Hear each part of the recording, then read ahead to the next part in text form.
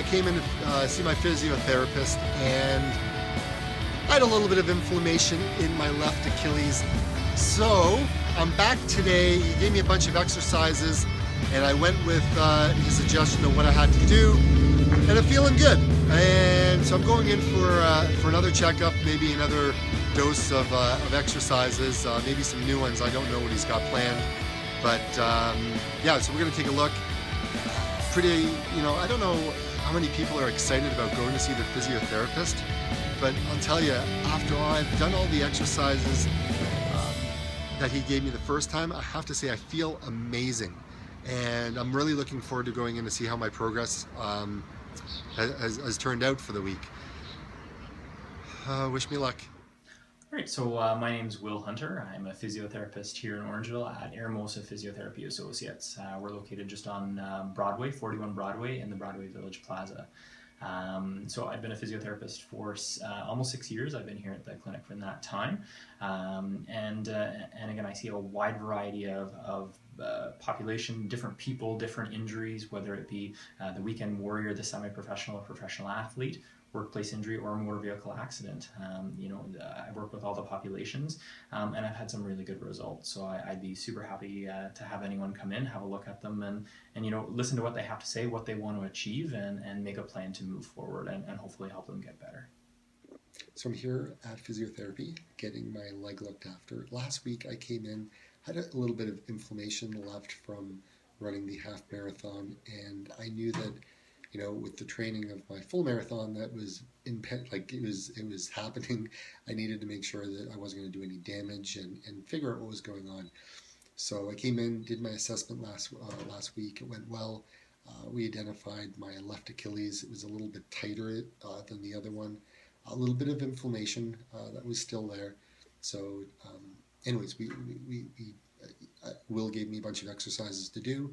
And so I'm here for my my second bout revisit to see with all the exercises that he gave me how I've been progressing over the last week. And so far, thumbs up, things are going well. There's still a little bit of tightness in the Achilles. That's okay. We're working on it. It's getting better. Okay, so we're just going to do some knee to wall measurements, which gives us, just a good functional measure of flexibility around the ankle. We took this measurement the first day, and there definitely was a difference from side to side. So we're going to recheck today and see how things are moving and feeling. In addition to, obviously, David, yourself saying that you feel better, we want to make sure we always have some objective measurements. Okay. And so where should I put my big toe? So big toe is going to line up with just the 6 on the tape there, and yeah, start bringing that knee forward to touch the wall. Good. And how does that feel there, David? That feels great. Good. Okay, so let's come back to 8. So we'll just keep pushing back, and we're looking for either an uncomfortable or sort of pulling that Achilles, or the heel coming up off the ground. Okay. Good. That's good. Good. And let's head back to 10. Good. Awesome. And bringing that. Awesome. And how do you feel there? It feels good. Feels good. Yep. And the heel is staying nice and down on the ground, and we're getting some good flexibility through that ankle. Perfect. Okay. Should we go further? Let's go to a little bit further. Yeah. 12, Let's just go to 11, please. Yeah. Okay. There we go. Okay. I can feel. I can feel that now. Perfect. But that's okay. Great. Okay. So you can come on back. So on that first day, David, we had a measurement of 7. Wow. And you were 11 actually on the right. And today you were able to get to that 11.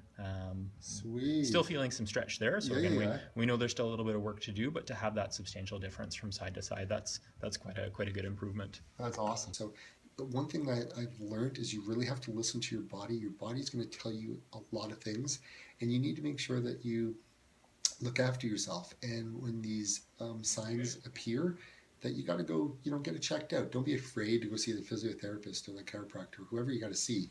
Don't be afraid of that. Go in, see what's going on, be educated, and you don't want to hurt yourself, right? So it's all about prevention, and that's why I want to make sure I'm going to be okay. So far, so good. We see a wide variety of clients here. Physiotherapy is really not for just the professional athletes. Here at our clinic, we see people with motor vehicle injuries or who have been injured in a motor vehicle accident. We see people who have been in workplace injuries or have sustained workplace injuries, and you know, helping both those populations get back to work and daily life. We do see some professional athletes or some semi-professional athletes, but we also see the weekend warrior, the person that likes to water ski on the weekend or play golf on the weekend, and is having either some pain or even just some performance issues. Sort of a common myth is that everyone has to have pain or a distinct injury to come in, but we can also treat from a preventative perspective or a performance perspective, and help to identify what might be limiting someone not only in sport but in their daily lives. A sore knee going up a set of stairs, or tired legs after a day of standing. There's really not a whole lot of limits in terms of what kind of population we can see and what kind of person we can help. So foot's nice and center in the foam pad, and again, for home you can be using like a couch cushion or a pillow, something to add a little bit of softness or challenge to the surface, because for yourself standing on a flat sort of unmoving surface, I don't think it's going to be enough challenge. Okay. So we're standing on that blue foam on that injured leg. If you need to, we have our balance post here. You can just do a light touch, but ideally we want to be trying to get rid of that pretty quickly. Okay. And I like to start in front of the mirror with eyes open, so you can kind of see what your whole body is doing. We don't want to end up balancing like this and thinking we're doing a good job, because we're not in a very strong position. We're not in a very stable position. So using that mirror, looking at what your shoulders are doing, what your hips are doing, and working on some just static balance to start. Okay. So we call balance, or our fancy word for balance is proprioception, and that's our body's ability to know what our body is doing and where our body is in space. So we're getting messages from our ankle all the way up to our brain and back down to our muscles that are helping to correct and keep you nice and stable. Okay. Often that proprioceptive response is compromised after injury. We're not getting that kind of talk back and forth as much. So as we're working on rehabilitating an injury, we want to be challenging that system as well. Good. Okay, cool. And I guess the other thing that I always think about is when something starts to hurt in a certain place, it's not necessarily that's where the problem is. It can result from somewhere else in the body that actually transmits it away down there. Is that kind of how that? Absolutely. Certainly you can have localized pain and localized issues, but you can also have what we call referred pain or nerve-related pain. So, we do a lot of education, obviously, in anatomy and physiology, and understanding the relationships of the body and what areas of the body can refer to other areas of the body. So, yeah, local pain does not necessarily mean local injury, and that's why a comprehensive assessment on that first day to really get at the root cause of the pain is really important. Okay, cool. Okay, perfect. Okay, eccentric is kind of our funky anatomical term or physiological term. Now, is on the step, is that kind of where I should be, or should I be a little bit further kind of on my toes like this, or should I be? You want to have enough room so that you can comfortably drop that heel without getting any major like knee bend or anything happening. Okay, so if I'm kind of like, if you look at it from that point, yeah. So that looks kind of good doing it like that. That looks pretty good. Like you're getting sort of past a neutral position. That's totally fine. Okay, so that's like that. Good. Okay. So I'm going to have you go up on 2 feet. Kind of bring those heels up. Good. Shift your weight over to that left side. Yeah. Good. And slowly drop that left heel down, controlling what you're doing with that left heel.